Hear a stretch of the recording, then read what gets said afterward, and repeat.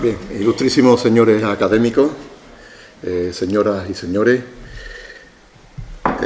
ilustrísima señora alcaldesa de Écija, Silvia Heredia, señora concejala de Cultura, doña Laura Hurtado, agradecemos en primer lugar vuestra presencia en este nuevo acto que abrimos en la tarde. ¿No se oye? Vamos a ver si es que me tengo que acercar un poco. Ahora sí, ahora sí. No quiero que retumbe mucho. Estaba introduciendo, dando la bienvenida a los ilustrísimos académicos que nos acompañan, por supuesto a la señora alcaldesa, doña Silvia Heredia, la señora concejala de Cultura, doña Laura Hurtado, a todos ustedes que han tenido a bien acompañarnos en esta tarde para abrir este acto de febrero, que para nosotros y para esta Real Academia era muy esperado, porque ya lo habíamos hablado desde hacía tiempo, y por fin hemos convenido en una fecha que al final pues ha resultado positiva a la hora de poderlo realizar. El ilustrísimo señor don Manuel Blázquez, nuestro querido Manolo, es una persona que siempre, tanto como académico numerario de la Real Academia de Córdoba, como correspondiente de la Real Academia de Córdoba, tanto, igualmente correspondiente de esta nuestra Real Academia de Écija, nos ha acompañado y ha sido muy fiel a todos los actos prácticamente que hemos ido realizando a lo largo de estos años, y por tanto bueno, pues estamos doblemente agradecidos.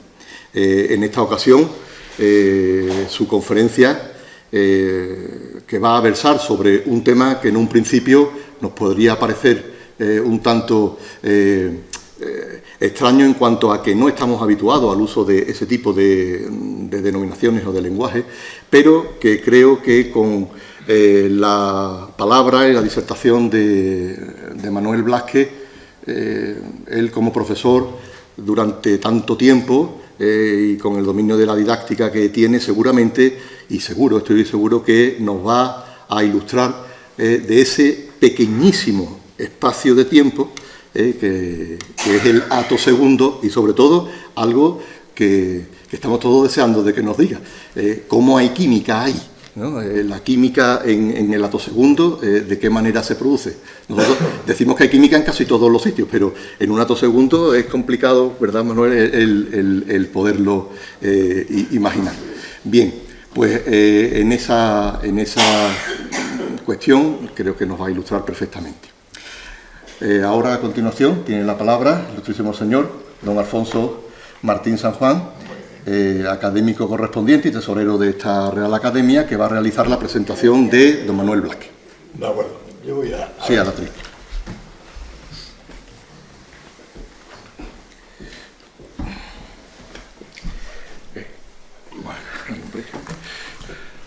Sí. Bueno, pues, excelentísimo presidente de la Real Academia de Ciencias, Bellas Artes y Buenas Letras, Luis Vélez de Guevara de Écija, ilustrísimo conferenciante, ilustrísimos académicos numerarios y correspondientes, dignísimas autoridades, señoras y señores, muy buenas noches. Bueno, la presentación de Manuel Blázquez Ruiz es facilísima y casi todo el mundo pues lo conocemos ya, más que nada porque también es de Écija. Cuando nuestro presidente me propuso la presentación de don Manuel Blázquez Ruiz para la conferencia actual, por supuesto que acepté. No acepté, sino que me vanaglorié de poder ser de nuevo quien lo presentase para una conferencia del grado de Ciencias, como que siempre queremos hacer en nuestra academia. La vez anterior fue en su toma de posesión como académico correspondiente de esta corporación. Fue en febrero del 2016, con su magistral conferencia Nanociencia, Origen, Evolución y Perspectiva. Hoy es un verdadero honor presentar de nuevo a un compañero que de entrada ha sido decano de la Facultad de Química, catedrático de Química y actualmente profesor emérito de Química Física en la Universidad de Córdoba. Además de ser un gran exigenista y académico correspondiente de nuestra academia, con la cual, como ha dicho antes nuestro presidente, colabora continuamente y nos honra con su presencia en muchas de nuestras conferencias y eventos. Y, por supuesto, es un gran amigo y tertuliano. Prácticamente, nada más que con estas pinceladas de su personalidad, sobra para una presentación de lujo. Pero tenemos que entrar en algunos detalles protocolarios y dar a conocer su completa proyección personal y profesional. Don Manuel nace en Écija en 1953, en el seno de una familia trabajadora en el sector del transporte. Pero después de estudiar primaria con beca en los estudios salesianos de Écija, prefiere seguir estudiando a entrar en lo que es la empresa familiar. Es cuando se examina de ingreso en Osuna, en el Rodríguez Marín, durante 2 días de exámenes, de los que aprueban 4 de 28 alumnos que fueron. Ingresa después en el Instituto San Fulgencio de Écija y de aquí tan buenos recuerdos, amistades y adolescencia. Tanto que posteriormente, ya en junio del 2015, en el 50 aniversario de la fundación del Instituto, Manuel realizó una conferencia con un acto presidido por el ministro Manuel Lora Tamayo, con el tema Un breve recorrido por la ciencia de los últimos 50 años, perspectiva actual entre los retos globales. Esa fue la del 2015. Explicando entonces que cursó bachillerato elemental, la reválida, el bachillerato superior y el curso preuniversitario. Además dedicó unas palabras de agradecimiento a don Joaquín de Soto Ceballos, que fue el alcalde de Écija y que inauguró aquel instituto en el 1965. Fue una etapa fundamental en su vida. Aquellos profesores a los que tiene un grato recuerdo y, como él dice, les debo mi sólida formación. Así como a los compañeros de patio, con zonas separadas aunque con posición mixta en clase, anécdotas, vivencias. A partir de aquí sus estudios son en la Facultad de Química de Sevilla, donde obtiene el grado de licenciado en Ciencias Químicas. Después, doctor en Ciencias Químicas y catedrático de Química y Física en Córdoba. Su currículum ya abreviado, es casi imposible plasmarlo en una conferencia de este tipo, pero solo mostraron unos retazos del mismo. En lo que es la línea de investigación, su línea de investigación principal ha sido la química física, la electroquímica, la nanoquímica, nanociencia y nanotecnología, los monocristales, las nanopartículas, materiales nanoestructurados, los clústeres con monocapas, los materiales bioconjugados, los biosensores. Estos son más que nada las líneas suyas de investigación. Sus resultados pues se recogen en más de 130 artículos publicados, más de 20 revistas internacionales, más de 230 comunicaciones y ponencias en congresos, más de 15 conferencias y discursos sobre la química, la investigación, la historia de la ciencia y la divulgación científica. Los indicadores generales de estas publicaciones pues son 6 sexenios de investigación. 6 sexenios de investigación. Prácticamente es el máximo posible, ya que el último fue en el 15. 3 tesis doctorales dirigidas en los últimos 10 años. Más de 1.400 citas. Sale a unas 60 citas de promedio en los últimos 5 años. Y más de 80 publicaciones en el primer cuartil. El primer cuartil es lo que indica la calidad de las publicaciones. Marca el índice de impacto. Él lo tiene, el índice en 23. Un gran índice. Vale. Después sigue como director del grupo de investigación del Plan Andaluz. Ha participado en todas las convocatorias de físico-química biológica en el periodo del 88 al 2023. Ha participado en innumerables proyectos como investigador principal y responsable de proyectos de infraestructura centrados en el apoyo de la investigación del Instituto de Química Fina y Nanoquímica. Ha sido profesor visitante en proyectos de investigación en Bruselas en el 1986, en Chile en 1988 y en Tennessee, en Estados Unidos, en 1993. Como director de tesis, ha dirigido 11 tesis doctorales. Ha hecho más de 40 tesis de licenciatura, ha dirigido más de 40 tesis de licenciatura, de trabajo fin de grado y de trabajo fin de máster. Más de 30 becas y contratos de investigación.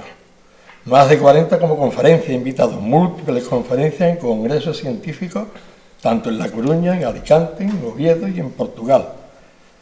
Con respecto a su docencia, si hablamos un poquito de su docencia, tiene reconocidos 6 quinquenios docentes, también es el máximo, como catedrático de Química Física en la Universidad de Córdoba.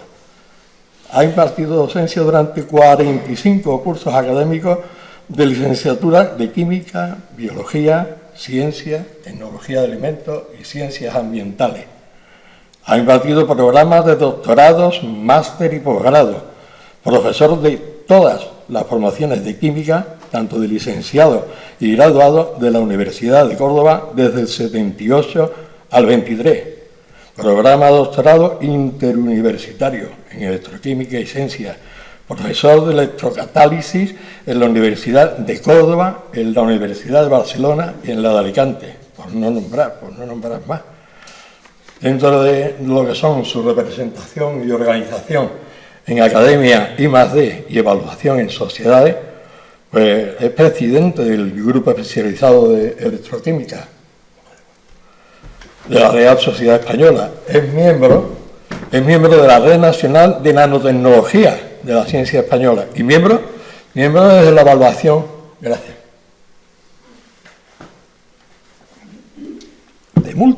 De múltiples sociedades. Por nombrar algunas, contacto con alimentos, análisis de la química, de electroquímica, una científica de reuniones del Comité Científico de Nanociencia y Nanotecnología. Es miembro de la Sociedad Internacional de la Electroquímica y Sociedad Iberoamericana, coordinador nacional con bienio y profesor del programa del doctorado interuniversitario. Es presidente de la sección territorial de Andalucía Occidental y es evaluador de proyectos de investigación en la Agencia Nacional, pero igual es evaluador de proyectos de investigación internacional.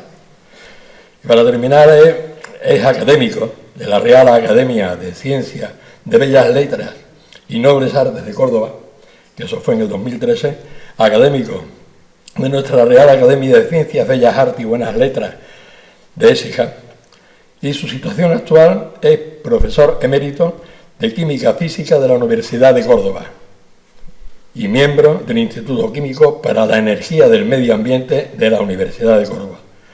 Y ha continuado pues, con 6 publicaciones más en este último año. Este es su perfil y prácticamente pasando ahora al tema de la conferencia que nos va a dar. El tema de la conferencia es la química en la escala del atosegundo. Bien, como decía Clemente, empezamos. A ver si expongo un poquito con el tema, por supuesto, no tengo nada que ver con él. El atosegundo en realidad es una unidad de tiempo. Unidad de tiempo. Siempre hemos conocido la hora, los minutos, los segundos, los milisegundos. Pero la ciencia, la química y la física han ido evolucionando muchísimo a lo largo del siglo pasado. Se produjo un fuerte desarrollo en el que muchos de los fenómenos observados ya no podían ser explicados en el marco de la física clásica.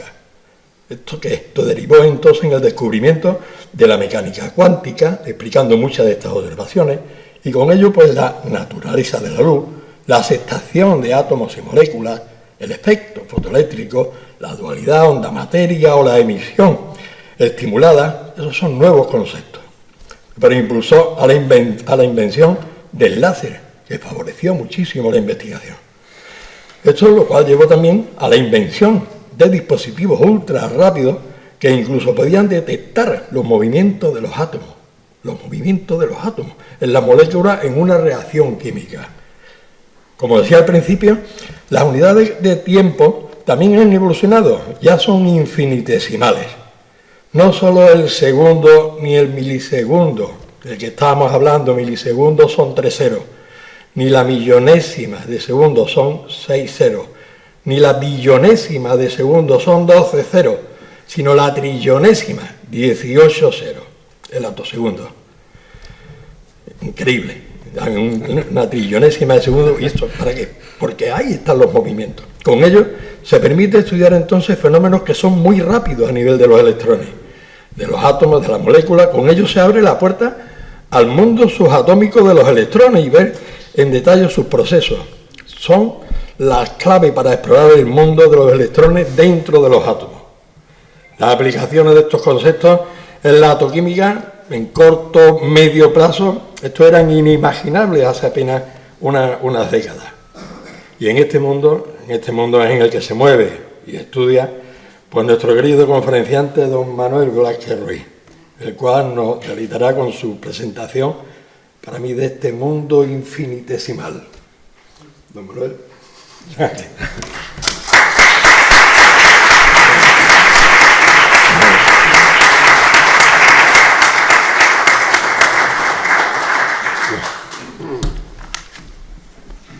Vamos a sentarnos nosotros aquí.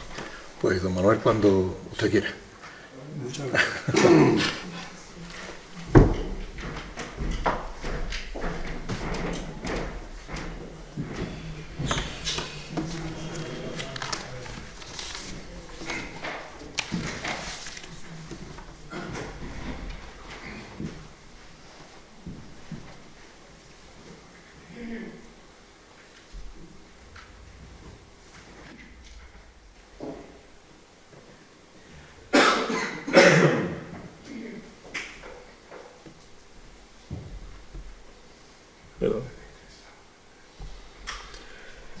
Bien, ilustrísimo señor presidente de la Academia Luis Vélez de Guevara de Écija,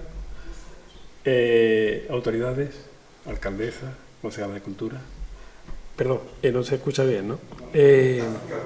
Ilustre cuerpo académico, asistente a este acto, familia, amigos, señoras y señores. Para mí es un verdadero placer, es un honor, un privilegio estar aquí esta tarde y sentirme tan, diría, abrumado por la presentación que mi amigo académico Alfonso Martín San Juan ha hecho esta tarde, esta noche. Lo conocemos hace muchos años y sé que lo hace con todo su cariño. Y aunque hay datos que son ciertos, pero quizás yo no me reconozco en el día a día, pero sí, es verdad que he tratado con esas cosas que él ha planteado, esos congresos, esa docencia, esa investigación. Pero para mí es un placer, te lo agradezco, Alfonso, una vez más, por el cariño y por la delicadeza. Incluso has traído a mi mente muchas de las cosas que más me llegan. Los profesores, el instituto, el examen de Rodríguez Marín, me acuerdo perfectamente, esas cosas que me atan, me sitúan de nuevo en el pueblo, en mi ciudad, ¿no? Que fija, a todos los efectos. Bien, muchísimas gracias, de corazón. Bien, y vamos entonces a continuación a hablar de lo que aquí vamos a hablar, que es de la química en la escala del ato segundo. Voy a intentar, como decía, hacer un lenguaje lo más sencillo posible, pero evitando incluso fórmulas para que sea lo más natural, pero alguna cosa podrá ser más o menos entendible o no, pero espero que el conjunto sí. El Premio Nobel de Física 2023, el último que se ha entregado, fue comunicado el pasado 3 de octubre de 2023, que siguiendo el protocolo de cada año se hace coincidir con el primer martes de dicho mes.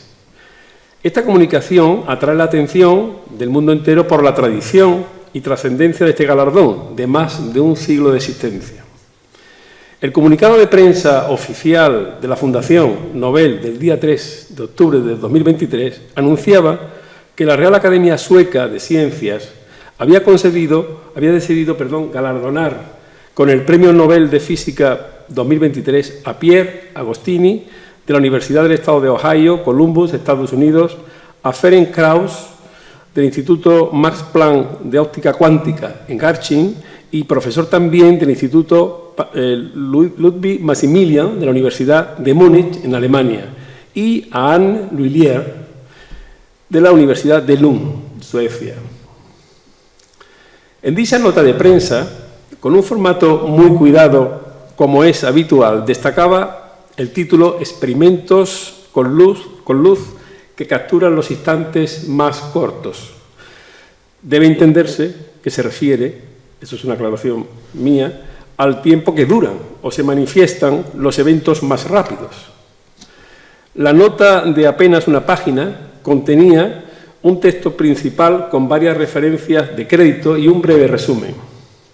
En el resumen se destacaba el hecho por el que se otorga el premio, indicando que se reconoce a los 3 galardonados los nuevos experimentos que han puesto a disposición de la humanidad para explorar el mundo de los electrones. Se resaltaba que ellos han demostrado un camino para crear pulsos de luz extremadamente cortos para poder medir los rápidos procesos en los que se mueven o intercambian energía los electrones.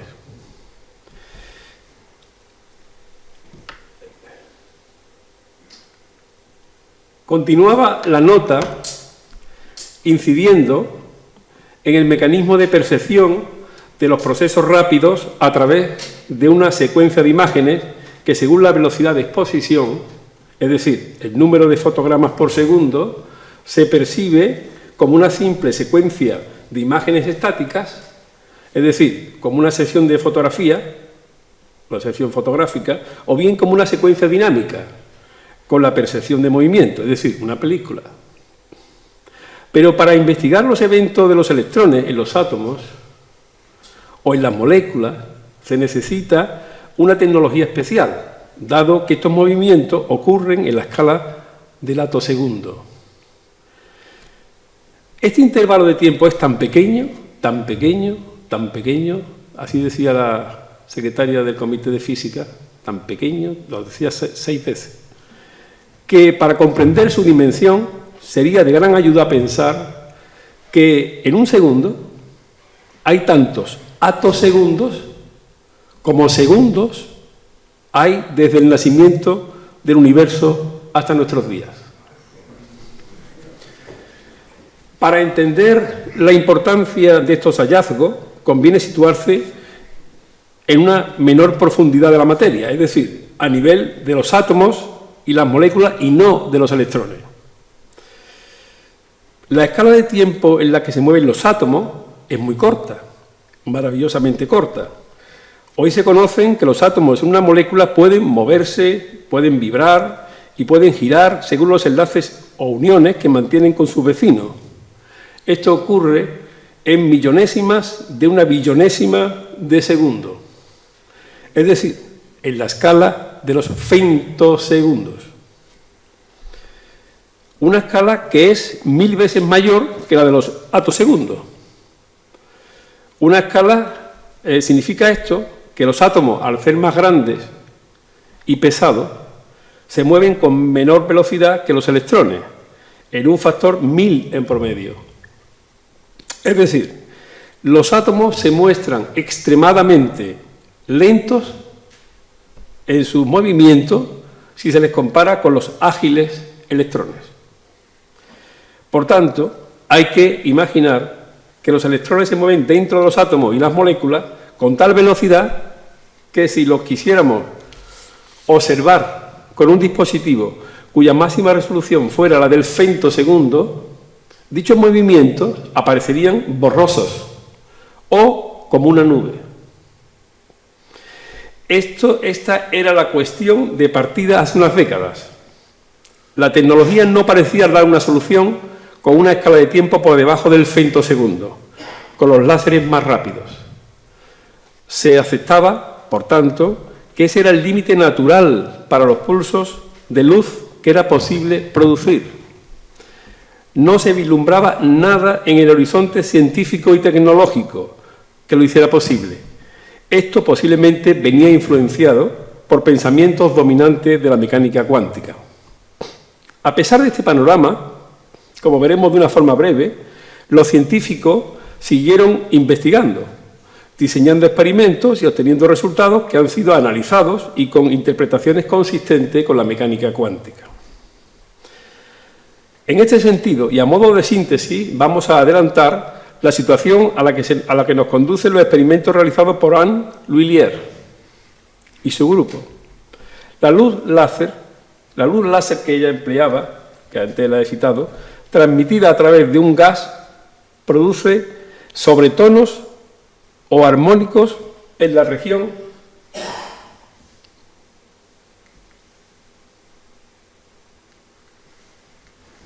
y esto se ha quedado aquí queriendo hacer otra cosa. Sí.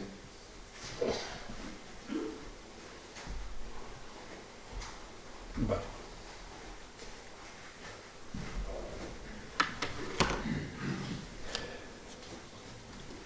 La luz láser transmitida a través de un gas produce sobretonos o armónicos en la región óptica del espectro electromagnético. Ahí tienen ustedes una guitarra, tiene el tono y los sobretonos. Observen que la frecuencia de los sobretonos cada vez es más grande, la longitud de onda es más pequeña. Eso ocurre en este caso que estamos hablando. Es decir, hay un paralelismo entre un instrumento musical y lo que le pasa a los electrones en este caso, o a los experimentos a esa escala de tamaño. Entonces, la luz láser transmitida a través de un gas produce sobretonos o armónicos en la región óptica del espectro electromagnético. En este caso, serían, digamos, sobretonos o armónicos de ultravioleta, que provienen de los átomos del gas. Si lo iluminamos y nos devuelve unos sobretonos, como ahí se refleja un cierto ejemplo. Entonces, con la luz de la fuente usada, un láser de infrarrojo, aparece en sobretono de la fuente en una región del espectro electromagnético de mucha energía, el ultravioleta. Es necesario precisar que los sobretonos tienen la característica de mostrar frecuencias doble, triple o más de la fuente usada. En estas condiciones experimentales adecuadas, estos sobretonos pueden estar en fase, lo que significa que sus ciclos, como ondas que son, coinciden y se crean pulsos concentrados de atosegundos, siguiendo los fenómenos de interferencia propios de las ondas. Es decir, algunos ciclos se refuerzan mientras que otros se cancelan. Al mismo tiempo, Ferenc Krauss, el de Alemania, profesor de Alemania, investigador de Alemania, y su grupo de investigación estaban trabajando en una técnica con la que podían seleccionar un solo pulso. Para entender esta situación podemos pensar en un tren del que se desengancha un vagón, que se cambia a otra vía. De esta forma habían conseguido aislar uno solo de 650 atosegundos, un pulso, con el que su grupo lo utiliza para rastrear y estudiar procesos en el que los electrones son separados de sus átomos. Estos experimentos demostraban que los pulsos de atosegundos podían ser observados, medidos y usados en nuevos experimentos. Aquí tienen una mesa, típica mesa óptica, con muchos dispositivos. Un haz se divide en dos haces, aquí se hace pasar por una muestra de gas, aquí salen los armónicos, aquí sale el láser inicial y después lo juntamos y lo observamos. Y a partir de ahí podemos jugar y esos pulsos de atosegundos se pueden reforzar o se pueden anular, de manera que quedan una especie de tren de pulsos de atosegundos reforzados. Eso es lo que aquí se explica y ese es el experimento importante de esta cuestión. El día 8 de diciembre, del pasado diciembre, se celebró la sección científica del Premio Nobel de Física en el aula magna de la Universidad de Estocolmo, presentando los fundamentos científicos de los avances. En este acto, los tres galardonados impartieron sus respectivas conferencias como establece el protocolo del premio. La primera conferencia se tituló La ruta hacia los pulsos de atosegundos, impartida por Arne Lhuillier. La segunda, La génesis de un tren de pulsos de atosegundos, dictada por Pierre Agostini. Y la tercera, La física de atosegundos, explorando movimientos subatómicos, presentada por Ferenc Krauss. El fundamento científico de los avances reconocidos en la concesión del premio se resume en el documento que edita el Comité Nobel de Física. El documento contiene, importante esta cuestión, un apartado de antecedentes científicos con una reflexión que, a buen seguro, traerá en un futuro a corto y medio plazo nuevas reflexiones y consecuencias. Esta reflexión se refiere a Werner Heisenberg, de sobra conocido en general, que, como es bien sabido, formuló la nueva mecánica cuántica en 1925 y publicó en 1927 el principio de incertidumbre. Su principal argumento fue que la antigua mecánica cuántica, la que se desarrolla hasta los años 20 del siglo pasado, obligaba a los físicos a utilizar cantidades que eran en principio inobservables, como la posición y el periodo de revolución o impulso cinético del electrón en el átomo de hidrógeno, por ejemplo. Heisenberg argumentó que la nueva teoría debería basarse en observables, como la frecuencia, energía, de las transiciones cuánticas. De ahí deriva su principio. El artículo de Heisenberg es, sin duda, en opinión de la mayoría de los científicos, uno de los más importantes en la física del siglo XX, sin duda. Pero lo que él no pudo anticipar es que lo que alguna vez fue, en principio, inobservable, ahora, en el siglo XXI, se está volviendo accesible en el laboratorio. Ahora, en el 2023, los galardonados añaden en su argumentación que puede que todavía no sean capaces de observar en sentido estricto la posición y la revolución de un electrón alrededor de un núcleo, pero hoy se puede ver, entre comillas, la dinámica de los electrones en los átomos, las moléculas y en la materia en fase condensada, en experimentos de laboratorio.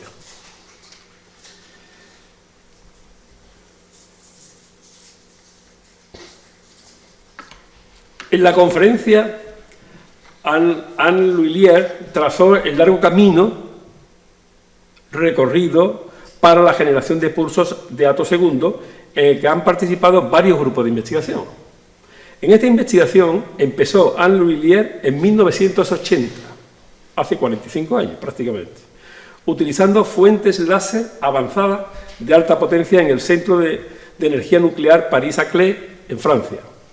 Se trataba de un potente láser de infrarrojo con fotones de 1064 nanómetros, que al exponerlo a una muestra de gases raros, como hemos adelantado, daba lugar a un registro, un espectro, que mostraba un patrón de señales constituido por armónicos de alto orden, el que tienen ustedes en la pantalla. Este era el patrón. La pregunta surgió inmediatamente: ¿qué proceso físico origina ese patrón? En el estudio de este problema intervinieron diferentes grupos a lo largo de varias décadas. Para ello utilizaron la ecuación de Rödinger, dependiente del tiempo, con la que llegaron a predecir la forma general del espectro, el patrón, alcanzando además la conclusión de que el efecto lo producía un solo electrón activo, en el gas, en las moléculas de gas, en los átomos de gas. Además, se trabajó en la deducción de una fórmula relativamente simple que permitía calcular la energía cinética media adquirida por el electrón que oscilaba en el campo láser, que era el efecto que él recibía. Y por otra parte se podía explicar la meseta observada en ese espectro que le llaman HHG, High Harmonic Generation. Con la intervención de varios grupos, en particular el liderado por Kullander, Paul Corcoran y Pierre Agostini, este último que descubrió en 1979 el efecto de campo láser fuerte en los electrones libres, se consiguió formular un modelo que explicara el patrón de señales y sus características.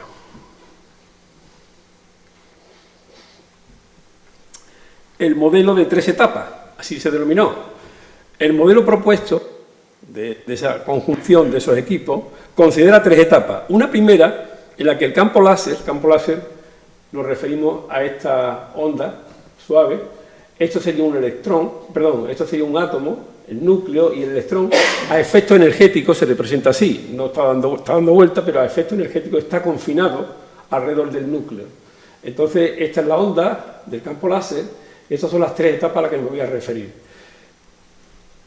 Una primera en la que el campo láser produce una ionización túnel, ¿sí? Esto. Atraviesa la pared de energía potencial, efecto que ocurre en mecánica cuántica, se predice, pero en la realidad macroscópica no lo observamos, es decir, nosotros no podemos atravesar una pared, pero parece que en el mundo microscópico podría darse esa situación y se llama efecto túnel, que está teóricamente demostrado en muchos análisis, pero que aquí se ve, parece con este modelo que se intuye que está ahí, lo están viendo.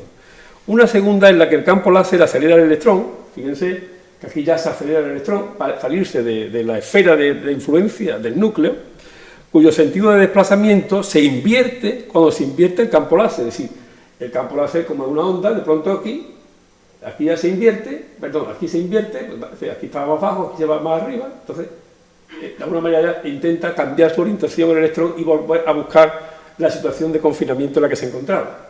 Bien, se invierte cuando se invierte el campo láser en el ciclo siguiente, promoviendo así que el electrón libre pueda volver y recombinarse con el ion, sí que se quiere ir, pero se vuelve.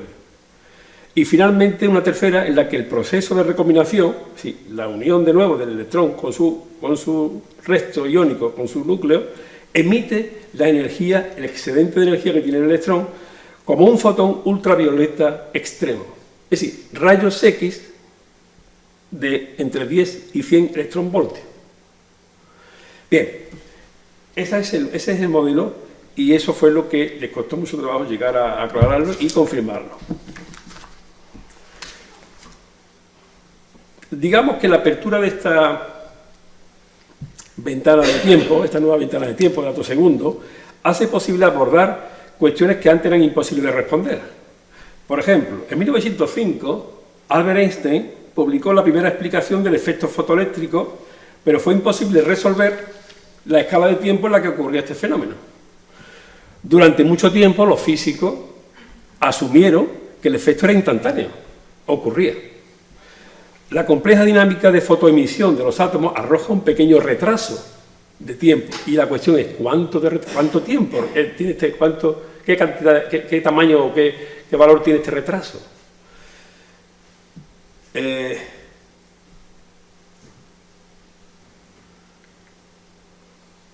Bueno, ahí tienen ustedes una literatura que amplia, simplemente con el detallito de arriba es suficiente. El grupo de Krauss, con un experimento pionero, encontró que cuando el átomo de neón es ionizado por fotones de 100 electronvoltios, se produce un retraso entre la emisión de los electrones 2s y 2p. Esto les sonará cuando ustedes han estudiado química, la poquita química que hayan podido estudiar. Los átomos, los orbitales, orbital 2s, 2p y así sucesivamente. Entonces, Krauss observa un retraso con un láser, con esos atosegundos de 100 electronvoltios, se produce un retraso entre la emisión de los electrones 2s y 2p. Los electrones 2p se retrasan 21 atosegundos en salir del átomo, cantidad que es significativa comparando con su órbita natural de 100 atosegundos alrededor del núcleo. Sí, los electrones 2p tardan 100 atosegundos y se retrasa con respecto a los 2s en 21 atosegundos. El grupo de Lullier, usando la teoría y su experimentación, descubrió que el resultado de Krauss se veía afectado por cierta reorganización, y eso lo comprobamos. Esto es el láser, la separación, y aquí lo que hace es combinar los atosegundos con el láser, y por eso se queda esta figura. Fíjense que estos son los femtosegundos, estos son los atosegundos que tienen una longitud de onda muy pequeña. Bien, dicho esto, aquí están los retrasos a los que me he referido y están corregidos de acuerdo con ese comentario que hace Lullier, donde se ve que la teoría predice esto y cómo los puntos están en lo alto, mientras que esta es lo que obtuvo Frank, lo que estuvo en el laboratorio de Krauss.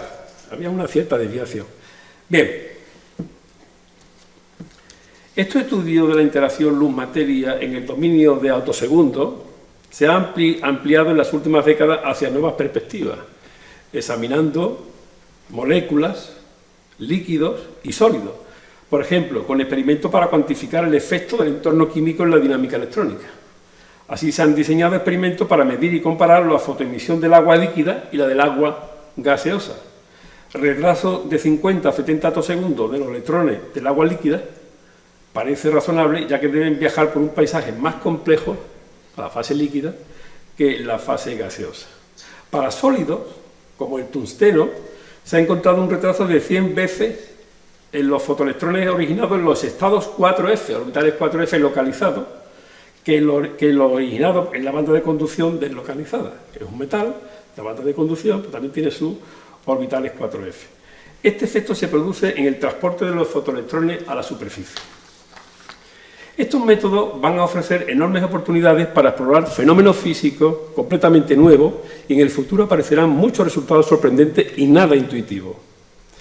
Bien, estos antecedentes científicos no hacen justicia a la actual amplitud de la ciencia del átomo segundo. Lo que comenzó como un campo limitado a procesos de multifotónicos en física atómica se ha expandido ahora hacia diferentes fronteras como física molecular, química física, física de la materia condensada y campos aplicados como la tecnología de generación de luz y aplicaciones biológicas, por ejemplo, en el diagnóstico in vitro de rastros moleculares de enfermedades en sangre con radiaciones no ionizantes y, por tanto, no dañinas.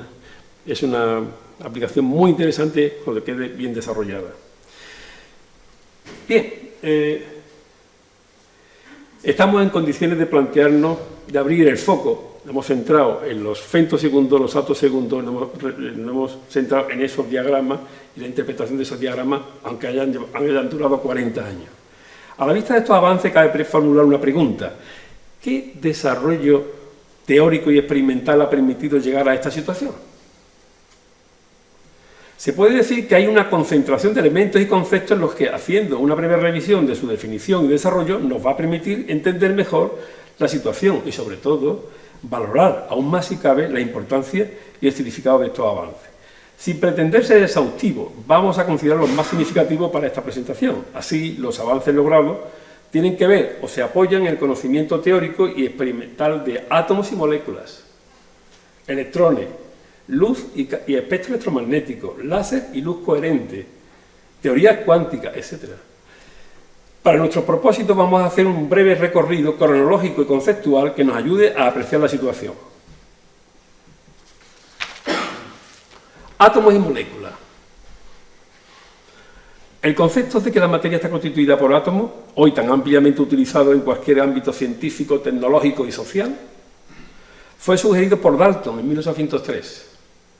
Fue un concepto muy útil que permitió explicar muchas de las observaciones experimentales de la época, pero en general se era escéptico y no se pensaba como algo real. Hasta el comienzo del siglo XX se consideraba a los átomos como objetos hipotéticos. De hecho, fue un trabajo de Einstein, en 1905, quien demostró su existencia a través de razonamientos teóricos. Durante el siglo XX, el avance de la instrumentación, como difracción de rayos X, resonancia magnética nuclear, mecánica cuántica y numerosas instrumentación avanzada, confirmaba su existencia. No obstante, hubo que esperar al final del siglo XX para que los avances en ciencia y tecnología permitieran obtener imágenes de átomos y de moléculas usando, por ejemplo, microscopía de fuerza atómica o microscopía de efecto túnel. Vamos a hablar de la naturaleza ondulatoria de la materia. El experimento denominado de interferencia de la doble rendija fue famosamente calificado, esto casi un poco en broma, por Richard Feynman, premio Nobel de Física, que el contenedor, la interferencia de la doble rendija era el contenedor del único misterio de la mecánica cuántica. Mientras que este experimento para la luz fue fácilmente entendido en términos de su naturaleza ondulatoria, el mismo experimento para partículas como el electrón fue algo más difícil de entender. En este caso fueron necesarios 6 décadas después del establecimiento de su naturaleza ondulatoria para llevarlo a cabo, aunque bien es cierto que este retraso preparó el escenario general para experimentos de interferencia con átomos y moléculas. Así, en la última década se ha producido un importante progreso en experimentos de interferencia materia-onda. Se puede decir hoy día, o se puede afirmar, que para moléculas hasta con un centenar de átomos se han realizado tales experimentos mostrando la interferencia esperada, es decir, la naturaleza ondulatoria de la materia. Mecánica cuántica. Nacimiento de la mecánica cuántica. Es de sobra conocido que a principios del siglo XX había varias observaciones experimentales importantes que no se podían explicar por las leyes establecidas por la física clásica. Este hecho exigió una forma radicalmente diferente de pensar. Esta situación condujo al desarrollo de la mecánica cuántica, que hoy día se considera la teoría fundamental de la naturaleza y la herramienta más elegante para describir la física del micromundo. Brevemente podemos citar algunos eventos y desarrollos clave que prepararon el escenario para la llegada de la mecánica cuántica. Entre ellos tenemos la solución a la ecuación de Wien del espectro de radiación del cuerpo negro, Planck, 1900. El efecto fotoeléctrico descrito por Hertz, 1887, y resuelto por Einstein en 1905. El modelo de átomos de Rutherford, 1911. El espectro atómico de Bohr, 1913. La dispersión de electrones por fotones, Compton, 1922. El principio de exclusión, de Pauli, 1922. La hipótesis de la dualidad onda-materia, de Broglie, 1926. Y la confirmación experimental de la materia, en el caso de los electrones, como onda, Davison y Hermer, 1927. Ni quiere decir que estos que yo he citado, todos estos científicos, la mayoría tuvieron un premio Nobel. Naturaleza de la luz, importante. Sin duda, el nacimiento de la mecánica cuántica está íntimamente ligado con el descubrimiento relacionado con la naturaleza de la luz. Las teorías sobre la naturaleza de la luz, como es conocido, tienen una larga y accidentada historia. ¿Es la luz una onda o está constituida por partículas? Esa es la pregunta. Las primeras teorías sobre la naturaleza de la luz se remontan a la teoría corpuscular de Newton, 1704. Aunque Christian Huygens había propuesto la teoría de la luz en 1690, es decir, lo contrario. Sin embargo, la teoría corpuscular de Newton fue la dominante durante más de 100 años, consecuencia de su notoriedad en el mundo científico. En 1801, Thomas Young realizó el experimento de las dos rendijas, que se conoce como fenómeno de interferencia, y a partir de entonces se asocia con la sonda. Otros experimentos importantes sobre difracción e interferencia de la luz fueron realizados por Fresnel, en 1814, que solo podían interpretarse estos experimentos si se admitía la teoría ondulatoria de la luz. Ante experimentos irrefutables y las evidencias obtenidas, la teoría ondulatoria se convirtió en la teoría dominante, siendo aceptada durante el siglo XIX. En 1864, una persona muy conocida, un científico muy conocido, James Clerk Maxwell, mostró que los campos eléctricos y magnéticos se propagaban juntos y que lo hacían a la velocidad, y que estas ondas electromagnéticas eran idénticas, su velocidad, a la de la luz. Quedó claro entonces que la luz era una forma de radiación eléctrica y magnética. Sin embargo, la naturaleza ondulatoria de la luz no sería la última palabra en este debate.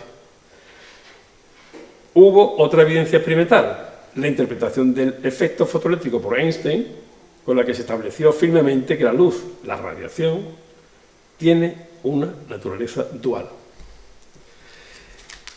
Vamos a hablar del descubrimiento del electrón, nuestro personaje principal. Thomson demostró por primera vez en 1897 que los rayos catódicos eran partículas cargadas negativamente con una relación carga-masa casi 2000 veces mayor que la del hidrógeno. Además demostró que estas partículas son del mismo tipo en cuanto a relación entre carga y masa, independientemente del gas o del material catódico en el que se produzca. Por lo tanto, anunció que estas partículas, a las que llamó corpúsculos, eran constituyentes universales de toda la sustancia. Así se descubrió el electrón. Sobre la historia y significado del electrón hay un artículo muy interesante de Carl Compton, que publicó su artículo en febrero de 1937 en la revista Nature, que se titulaba El electrón, eran 40 años después de su descubrimiento, el electrón, su significado intelectual y social, en el que se hacía una revisión desde su descubrimiento 40 años antes. En la introducción del ensayo viene a decir que está siendo testigo de numerosas efemérides de eventos históricos que comprenden centenarios, bicentenarios e incluso tricentenarios, pero que él apuesta por celebrar el descubrimiento del electrón, aún sabiendo que solo había transcurrido una generación desde su descubrimiento. Pero a pesar de todo, considera que su propuesta puede rivalizar con éxito en una comparación con las citadas efemérides. En su noción considera que ninguno de los descubrimientos señalados desde la época han sido tan destacados como el descubrimiento del electrón. La cosa más pequeña del universo, afirmaba, que en una generación ha transformado a una ciencia que permanecía estancada. Palabras proféticas, podríamos añadir.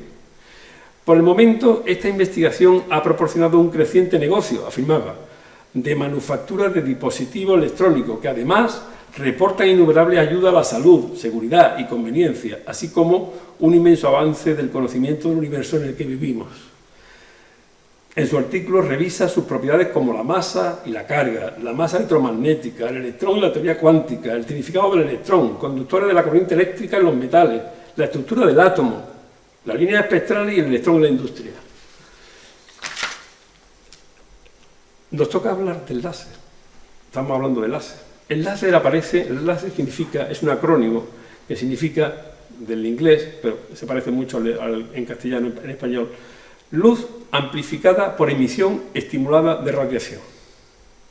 Hay una emisión estimulada y eso amplía la señal de luz. Y además cambia las características de la luz ordinaria.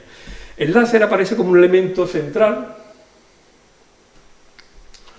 en los descubrimientos descritos en la ciencia de datos segundos, lo hemos dicho. En su nacimiento fue producto de grandes titulares de prensa en los primeros años, denominándose al láser una solución para un problema. Sí, era una situación extraña. Pero en breve su enorme desarrollo aumentó rápidamente su variedad y funciones, aplicándose en la investigación científica, en bienes de consumo, en telecomunicaciones, en ingeniería, en medicina, en materiales y en innumerables aplicaciones. Serían innumerables. Se puede decir que el descubrimiento del efecto de inversión de estimulada, es decir, de emisión estimulada, la aplicación y el descubrimiento del láser ha revolucionado el estilo de vida de la sociedad contemporánea. La clave de la invención fue el concepto de emisión estimulada, que fue introducido, cómo no, por Einstein en 1917. Sin embargo, la emisión estimulada se consideró durante mucho tiempo como un concepto puramente teórico, que nunca podría ponerse en práctica ni siquiera observarse. Una amplificación solo puede ocurrir si la emisión estimulada es mayor que la absorción, y esto a su vez requiere que haya más átomos en un estado de alta energía que en uno de menor energía. Una condición energética tan inestable en la materia recibe el nombre de población invertida. Un momento esencial fue crear una población invertida, en circunstancias tales que la emisión estimulada pudiera usarse para amplificación. Los primeros artículos sobre el máser era una radiación de microondas, que se llamó máser, pero después se pasó a la zona óptica y se llamó láser. Luz en lugar de microondas, era cuestión de nomenclatura. Y por eso al principio había máser y láser y después ya se ha amplificado, se ha aceptado como láser la palabra. Un momento esencial fue crear una población invertida en circunstancias tales que la emisión estimulada pudiera usarse para amplificación. Los primeros artículos sobre el máser, decía, se publicaron en 1954, como resultado de investigaciones realizadas simultáneas e independientemente por Towns y sus colaboradores en la Universidad de Columbia, en Nueva York, y por Basov y por Prochorov del Instituto Lebedev en Moscú. El láser emite lo que se llama luz coherente, y esta es la diferencia decisiva entre el láser y una fuente de luz ordinaria, donde los átomos irradian de forma bastante independiente unos de otros. La invención del láser nos ha proporcionado una nueva y poderosa herramienta para la investigación en muchos campos. Desde un punto de vista científico es especialmente interesante para superar las fuerzas que mantienen unidas las capas electrónicas de los átomos, justamente a lo que estábamos dedicándonos. La alta densidad de fotones abre posibilidades completamente nuevas para estudiar la interacción entre radiación y materia.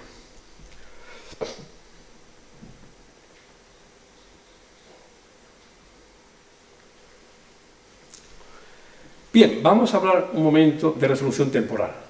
Ahí, así podemos decir que en más de un siglo y medio, la resolución temporal en química y biología, podemos decir, ha sido testigo de grandes avances. De esta forma, se puede decir que se ha pasado de medidas en la escala del segundo, sucesivamente pasando por milisegundos, microsegundos, nanosegundos, picosegundos, femtosegundos, hasta llegar al nuevo escenario que se ha descrito en esta presentación. En estos saltos cuantitativos se pueden citar los métodos innovadores o el campo más significativo en cada caso relacionado con la química, la física o la biología. Esta evolución, que se viene denominando la flecha del tiempo, es la que se recoge en la figura. Ahí tiene. Y se ha puesto aquí cinética química clásica, método de flujos, flujo retenido, flash fotolísis, que era romper las moléculas con un flash, entonces los radicales libres que se obtenían se podían seguir espectroscópicamente, onda de choque de sonido, si son sonoras, relajación, y después ya láser, femtoquímica y atoquímica. Esta ha sido la evolución en 120, 130, 150 años. Pasamos a la atoquímica, una vez que hemos hecho este repaso de conceptos que nos vienen muy bien. Los experimentos que yo he citado al principio permitieron obtener los pulsos de atosegundo. Esto empezó se publicó ya como una noticia rompedora por el propio instituto alemán en 2001. En 2001 se logró un avance importante en la producción de pulso de luz de atosegunda de ultravioleta extremo, como hemos relatado en la primera parte de esta presentación. Por tanto, por primera vez, los científicos tienen una herramienta a su disposición que, si se utiliza convenientemente, podrían grabar películas electrónicas con la resolución temporal apropiada, con perspectiva de ejercer un deseado control electrónico.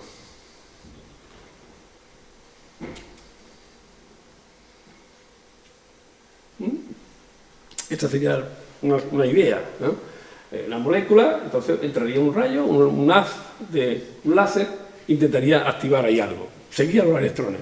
Pero claro, eso así parece muy simple, ¿no? La atoquímica persigue manipular el movimiento de los electrones que forman los enlaces químicos en las moléculas utilizando pulsos de luz de atosegundo, ¿no? Firmado por Mauro Nisoli et al. Y colaboradores, está publicado en el Chemical Review, una de las mejores revistas del mundo científico. La que tienen mayor impacto quizás, de las que tienen más. Pese a lo anterior, ha sido necesario esperar hasta 2010 para tener la primera observación en tiempo real de movimiento electrónico en la molécula más simple, en la molécula de hidrógeno. Creo que estaba aquí. Esa sería una imagen, en principio parece muy artesanal, pero es una imagen que está publicada, y entonces una mirada en la molécula, en el interior de la molécula. Esa sería la molécula de hidrógeno, aquí hay una especie de fotogramas, y aquí sería un poco lo que significa, se va produciendo una alteración de los movimientos moleculares, y lo tienen como pequeño, pero no está temporalizada, y no hay tiempo ahí para decir exactamente a qué nos estamos refiriendo. En el 2010, como digo, para tener la primera observación en tiempo real del movimiento electrónico en la más simple de todas las moléculas, la molécula de hidrógeno.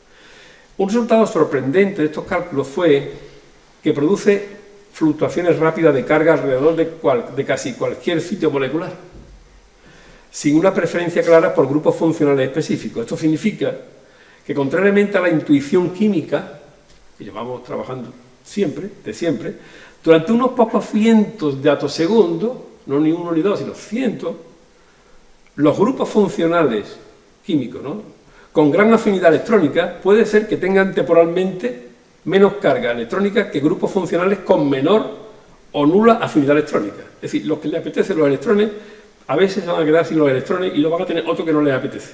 Eso es lo que revelan los resultados. Este hecho quiere decir que transitoriamente pueden darse cambios profundos en el enlace químico, como en el caso de la molécula de triptófano, que han estudiado. Todo lo anterior ha abierto la puerta a una forma completamente nueva de hacer química, la química del atosegundo o atoquímica, actuando directamente sobre el movimiento electrónico en la escala de tiempo del subfemtosegundo. La atoquímica es de esperar que proporcione la comprensión más profunda de los primeros pasos de la dinámica de reacción, los caminos electrónicos, y dé lugar a aplicaciones hoy día no predecibles. Pero el campo científico todavía está en su infancia. Pasado 20 años, para avanzar más se deben responder a muchas preguntas y explorar enfoques alternativos. Algunas de estas preguntas son formuladas por el profesor Fernando Martín, de la Universidad de Madrid, de la Autónoma de Madrid. Lo conocemos y además ha estado invitado alguna vez en Córdoba, yo desde decano lo invitamos a dar una conferencia sobre estas cosas, precisamente estaba empezando él ya en este mundo, creo que fue en 2014. Tenemos por ahí el díptico. En 2017, un grupo de científicos españoles e italianos han formulado las bases de la atoquímica, que trata de manipular los electrones en los enlaces químicos usando los pulsos de luz de atosegundo. Esta nueva disciplina permitirá generar reacciones y materiales desconocidos hasta la fecha. Según los autores,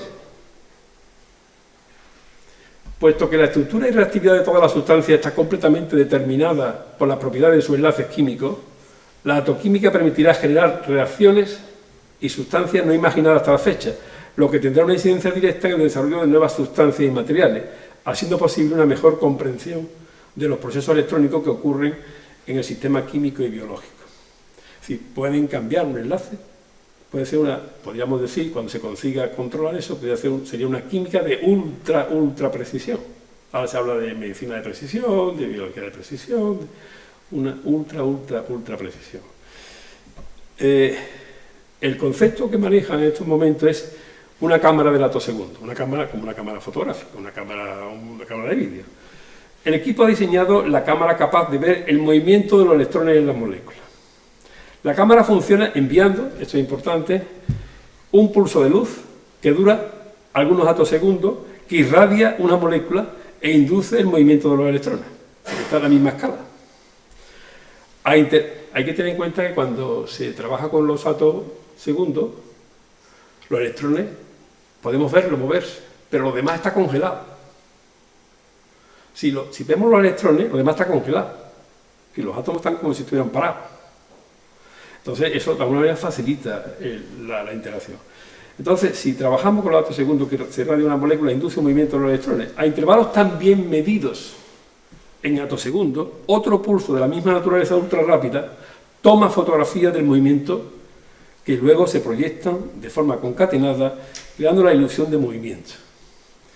Como el tren que llega a una estación, exactamente igual, como el tren que llega a una estación que tanto asombró al público de las primeras películas de los hermanos Lumière, en 1896. Es crear una especie de ilusión de movimiento, una película que tiene que tener mucho rigor en la obtención de la señal de salida y después el continuo impacto de una segunda señal. La diferencia, y esto es importante, la diferencia con una película normal es que para filmar algo que se mueve en tiempo de tan corto como atosegundos hay que tomar fotografías con tiempo de exposición que sean del mismo orden de magnitud. De lo contrario, saldrían borrosos. La imagen saldría borrosa. Superar la complejidad técnica. Láseres que ocupan una planta completa de un edificio y cuentan con miles de piezas y dispositivos ópticos fue posible gracias a la coordinación de varios grupos, entre ellos el que encabeza Nisoli, que fue pionero en el desarrollo de los primeros pulsos de luz de atosegundos, Bracklin, experto en espectroscopía molecular, y el propio Martín, Fernando Martín, que lidera uno de los dos únicos grupos en el mundo capaces de desarrollar las herramientas de visualización necesarias. Porque las imágenes que emergen de estas cámaras, de que ha tomado esas imágenes, no se entienden en absoluto. Tan solo son puntos borrosos. El profesor Fernando Martín lo explica con una metáfora. Dice, es un poco más complicado, pero la idea básica es la misma que en las películas en 3D. Si uno usa las gafas especiales que te dan en el cine, si no las usa, la imagen se ve borrosa. Tenemos que desarrollar el equivalente a una gafa para transformar las imágenes en algo que entendamos. Continúa Martín. Esta herramienta sostiene resolviendo la ecuación de Rödinger que gobierna el mundo atómico y subatómico. Sí, se resuelve la ecuación en las condiciones de la molécula y se va comparando con esa fotografía hasta que encuentran hasta que casan los parámetros cuánticos con la medición experimental. Sin embargo, son mucho más difíciles en resolver, especialmente en el caso de las moléculas, y se necesitan supercomputadoras. El equipo de Martín utiliza el superordenador Mare Nostrum en el Centro Nacional de Supercomputación de Barcelona. Para la molécula de hidrógeno los cálculos tardaron un año. Entonces, digamos que en 2014 ya Martín y Nisoli obtuvieron la primera película de una molécula con interés biológico, en este caso la fenilalanina, un aminoácido esencial. Ahí tenemos la fenilalanina.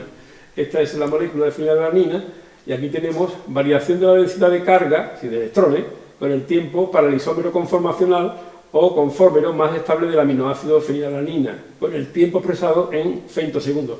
Estos no llega a un femtosegundo, son 400 atosegundos y así, bueno, hay una escala de tiempo que ellos van viendo cuando le ha salido el experimento. El exceso o defecto, fíjense, los colores significa el exceso o defecto de carga respecto al valor promedio, así a su valor, como aquí, ¿no? Aquí tendríamos, digamos, una referencia, la molécula tal cual se formula, al valor promedio se representa respectivamente en color amarillo o púrpura, es decir, el exceso o defecto. Cuando está en amarillo es que hay un exceso y cuando está en púrpura, fíjense que es la misma molécula, cómo va variando su situación. Esto es lo que a ellos les llamó la atención poderosamente.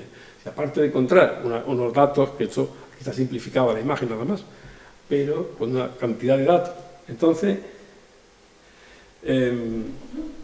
por el experimento, además de ver el movimiento de los electrones en una molécula, por esa densidad que va cambiando, más compleja, como es esta con respecto a la del hidrógeno, descubrieron que con esos pulsos de luz podría decirse, puede modificar a voluntad, y ahora es cuando esta historia da un giro que solo podemos imaginar. Entonces, como digo, eso se refiere a la fenilalanina. Debido a que esos enlaces entre diferentes átomos se rompen o se forman, según lo que dicen según lo que dicen los electrones, si se movieran de diferentes maneras podrían romperse o formar otros enlaces. En otras palabras, la química resultante podría ser completamente diferente a la que conocemos. El objetivo entonces es intentar controlar las reacciones químicas a voluntad, por ejemplo, obligando a algo a reaccionar a causa de un pulso de luz que va a cambiar el movimiento de sus electrones. O lo contrario, que moléculas que normalmente reaccionan espontáneamente dejen de hacerlo, explica Fernando Martín. Las implicaciones que esto tiene son tremendas, no nos podemos extender, porque ya dado el tiempo, creo que es prudente. Digamos que estos descubrimientos, y digamos aquí otra molécula, perdón. Esto sería el triptófano. Fíjense, esto es un flash en un momento determinado, pero también lo han estudiado, lo tienen publicado, y aquí también han sacado un corte de densidad, y aquí explican, cuando ellos hacen una especie de hueco, aquí el marrón, hace una especie de hoyo, de hueco, de la ausencia de electrones, porque al haber hecho el pulso ha desaparecido de la zona donde debería estar. Aquí tiene la molécula de la referencia y aquí bueno, es una de las instantáneas, ¿no? Digamos que estos descubrimientos están dando lugar a una nueva forma de hacer química basada en el uso de láseres de atosegundo y la supercomputación. Esa es la clave. Láseres de atosegundo para perturbar a los electrones y, digamos, complementarlo con la supercomputación, para lo cual ya se han acuñado un término, atoquímica. La atoquímica está todavía en su infancia, pero a largo plazo su objetivo de lograr el control de los procesos químicos actuando sobre el movimiento electrónico en su escala de tiempo natural no parece ser ya nunca más una posibilidad remota. He dicho. Muchas gracias.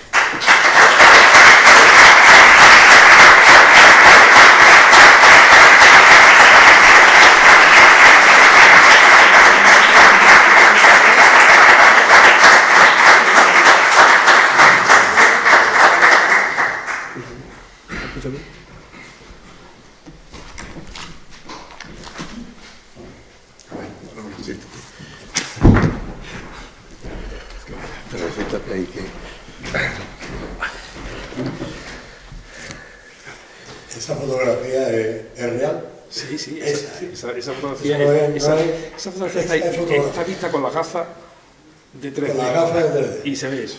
Si no pones las gafas no se ve eso, se ven cosas... Claro, es importantísimo esa fotografía. Claro, muy importante. Es un mundo.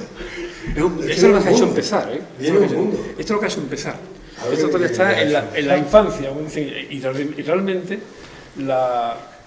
desde el 2021 a efecto de producción de esos láseres han pasado 23 años y se ha empezado, digamos, a funcionar, porque claro, esos equipos son equipos tremendos. El láser primero que se inventó en el año 60 era un pequeño rubí, ¿eh? Y fue el primer láser. Hoy día esos láseres son una habitación completa, una mesa de óptica con, como ha dicho él, centenares de pequeños equipos para modular, para filtrar, para ampliar, para dirigir, y todo eso con esas dos señales que van acumulando esa información, y ellos van viendo cómo afecta, porque están viendo por espectroscopía molecular, digamos, el efecto que están produciendo, pero no saben interpretarlo hasta que no calculan con esos láseres, con esa información, y comparan, y filtran, y ven con las gafas. Por eso digo que es muy importante la metáfora. Es una película en 3D, y si usted no se pone la gafa, usted no ve la película bien, o no la ve. Pero si usted pone las gafas no se la da cuando entra en el cine, la tiene usted que fabricar. Y el que la fabrica es Fernando Martín, el profesor Martín. Esa es la idea. Muy bien. Bueno, se ha iniciado de forma espontánea este pequeño tiempo siempre que ofrecemos para la realización de alguna pregunta o alguna intervención por parte de los presentes sobre el tema de la disertación del conferenciante, en este caso sobre este mundo que nos ha abierto, por lo menos a mí, esa ventana que tú dices, ventana de tiempo, a mí es una ventana que me ha abierto a un campo para mí desconocido, evidentemente, y para muchos desconocidos.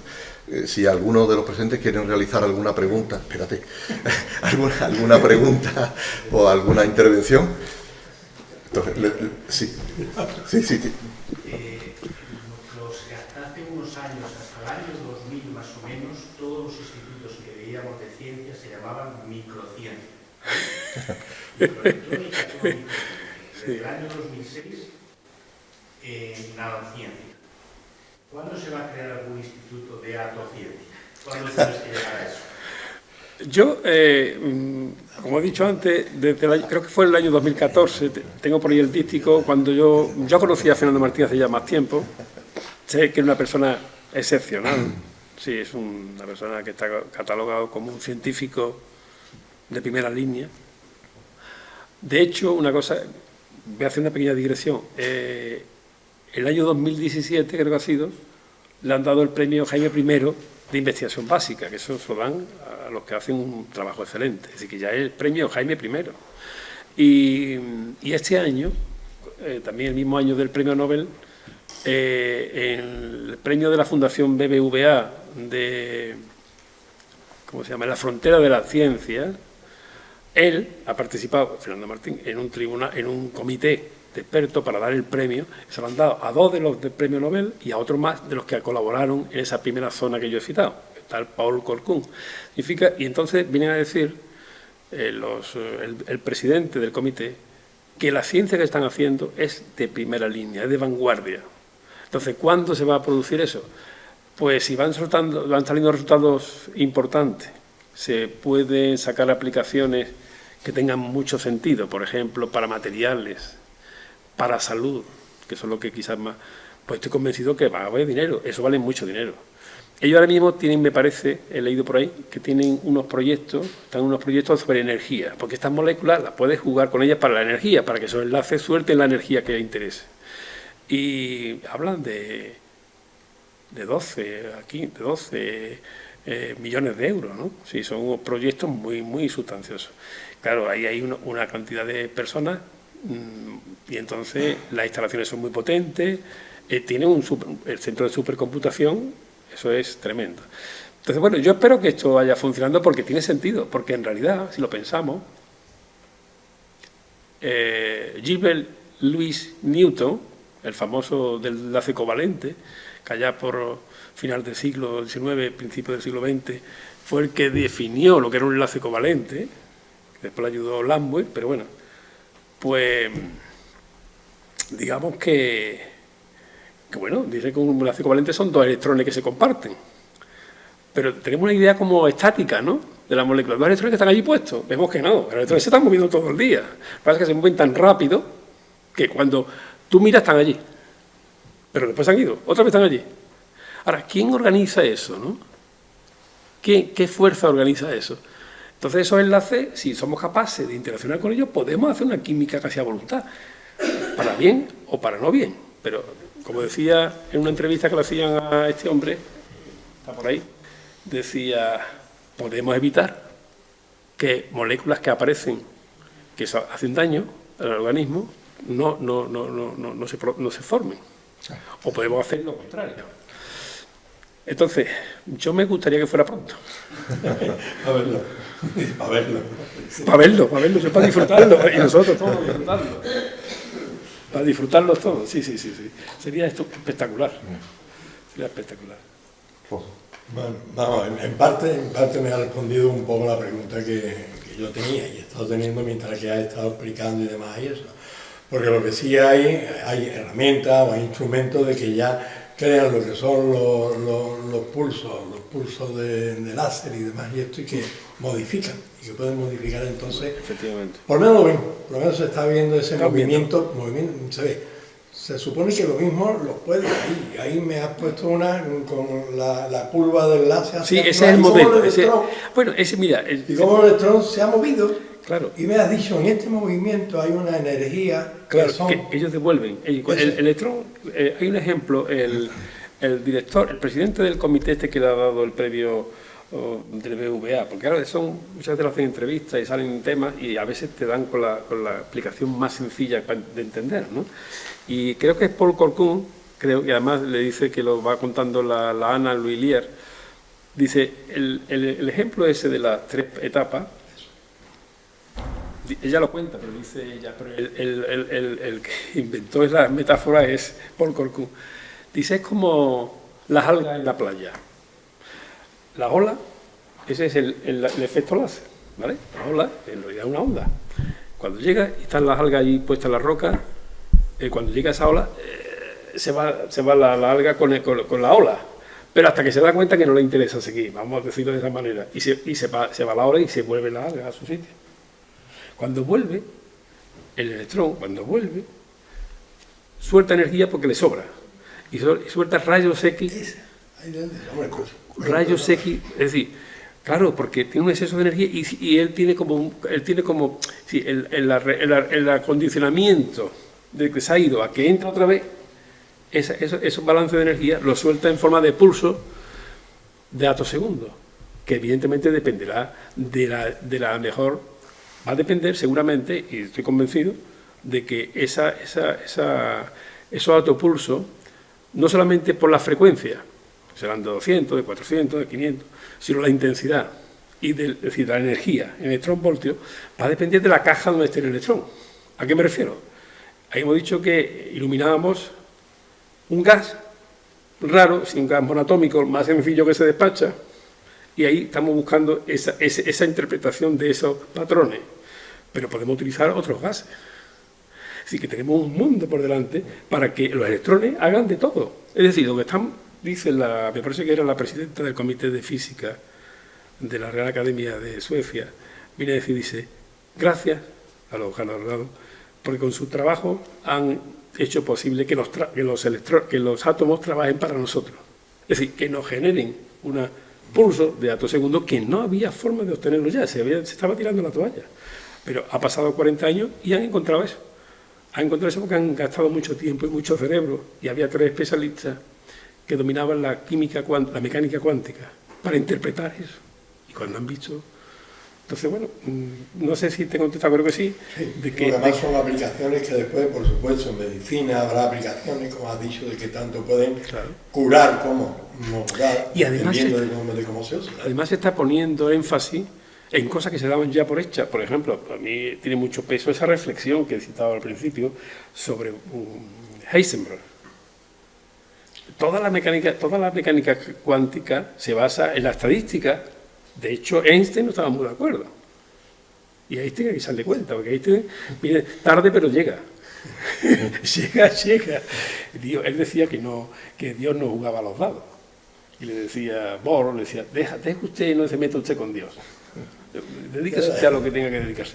Pero claro, quiere decir que él no se quedaba muy convencido de eso de la estadística, de la función de onda. No digo que no haga falta seguir manteniéndola porque no será fácil, pero que desde luego ellos lo que sí ven, y lo dicen claramente, es que ya están viendo los movimientos de los electrones, mientras que antes eran como cosas instantáneas, ya, pero no se podía medir, no se medía la cinética, ¿no? ¿Una intervención más? Bueno, pues en este caso yo, para cerrar el acto, simplemente quiero comentarle a Manuel Blázquez, bueno, pues darle las gracias por esta conferencia que nos ha abierto este mundo complejo para los no iniciados en estas cuestiones, que se ha entendido muy bien, que de acuerdo que me lo comentaba, se ha entendido muy bien el tema de la ventana de tiempo, la interacción entre luz y materia, esa primera parte de la conferencia que nos ha planteado realmente el núcleo fundamental de la conferencia, y sobre todo también en las aplicaciones y esa introducción también importante a las posibles aplicaciones en el campo de la ciencia que puede tener este descubrimiento. Esto lo que enlaza es con lo que estabas comentando, la importancia de la investigación, de que haya personas que investiguen, de que haya personas que sigan con esa curiosidad innata del ser humano por buscarle la explicación a las cosas más allá de la pura necesidad que ha caracterizado al ser humano desde su origen y por tanto, la necesidad de financiación. Yo recuerdo aquí en este ámbito, ya lo hemos comentado esto en alguna ocasión, estas cosas, para que sigan adelante hace falta que se invierta, hace falta mucho dinero. A mí ha hablado de 12 millones de euros, una cantidad exagerada, pero es que hace falta mucho más. Se gastan muchas veces cuantías astronómicas en otras cuestiones que no tienen la importancia y la implicación a futuro que pueden tener este tipo de cuestiones para muchísimos ámbitos que a nosotros nos repercuten, ¿no? También tenemos que agradecerle que haya hecho en la segunda parte de su conferencia ese recorrido por la historia de la ciencia, que también se lo he agradecido yo por lo menos personalmente mucho, porque nos pone a colación y nos trae a colación cómo desde principios del siglo XIX esto ha avanzado de una forma tremenda, ya no solamente por lo que son las diferentes medidas de tiempo, sino también por todo lo que es el proceso de investigación, ¿no? Y por tanto, pues es necesario también que se haga en la ciencia historia para que seamos conscientes de todo lo que se está avanzando. Por eso yo no puedo, nada más que para terminar, volverle a agradecer todo lo que nos ha dicho y esta nueva visión que tenemos, pues, de un campo que quizás, si no hubiera sido por esto, pues no hubiera pasado desapercibido. De manera que muchísimas gracias, Manuel, y con esto pues levantamos la sesión y esperemos que pueda él tener otra oportunidad o quiera venir de nuevo en otro momento para hablarnos de este tema o de otro tema que él considere. Pues muchísimas gracias y gracias a ustedes por asistir.